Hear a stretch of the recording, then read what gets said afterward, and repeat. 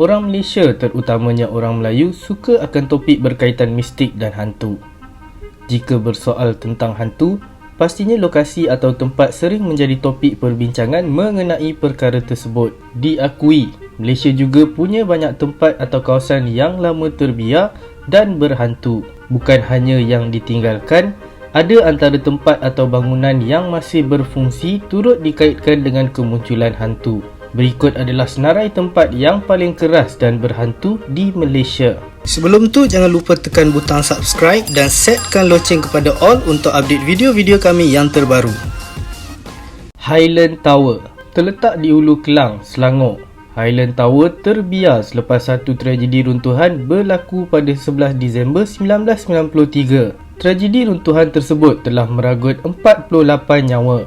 Dikatakan, runtuhan tersebut merupakan yang pertama dan yang paling buruk pernah berlaku di Malaysia sejak Malaysia mencapai kemerdekaan. Selepas kejadian itu, pelbagai kejadian seram telah berlaku di sekitar kawasan Highland Tower.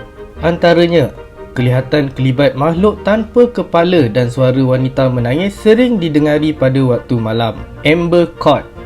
Amber Court merupakan dua bangunan apartmen berkembar yang terletak di pinggir genting Highland dan dikatakan berhantu. Kawasan tersebut dikatakan sering menjadi lokasi berlakunya kejadian bunuh diri bagi orang yang kalah judi. Selain itu, Amber Court juga mempunyai sebuah bilik misteri yang berpalang. Bilik tersebut didakwa menjadi tempat menyimpan hantu kasino di genting Highland. Jadi, tidak hairanlah jika ada penginap yang mendakwa pernah menemui satu lembaga tanpa kepala mendukung anak di dalam lift.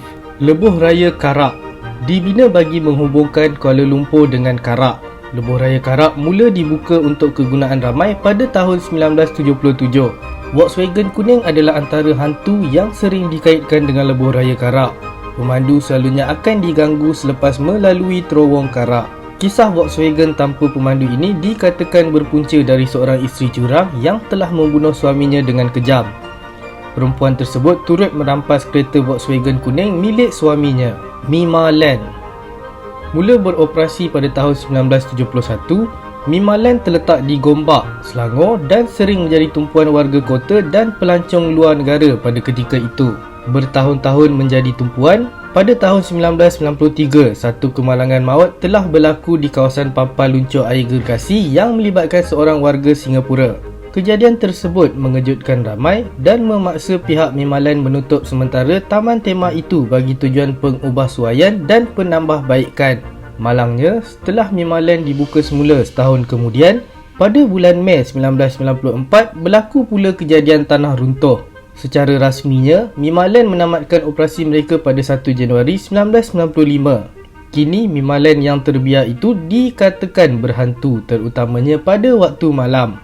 Kelly's Castle terletak di Batu Gajah, Perak.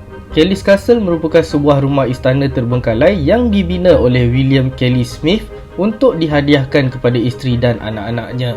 Rumah sebesar istana ini mempunyai 14 bilik, sebuah bilik bawah tanah dan terowong rahsia yang dilengkapi dengan lift. Lift tersebut dikatakan yang pertama dibina di Tanah Melayu.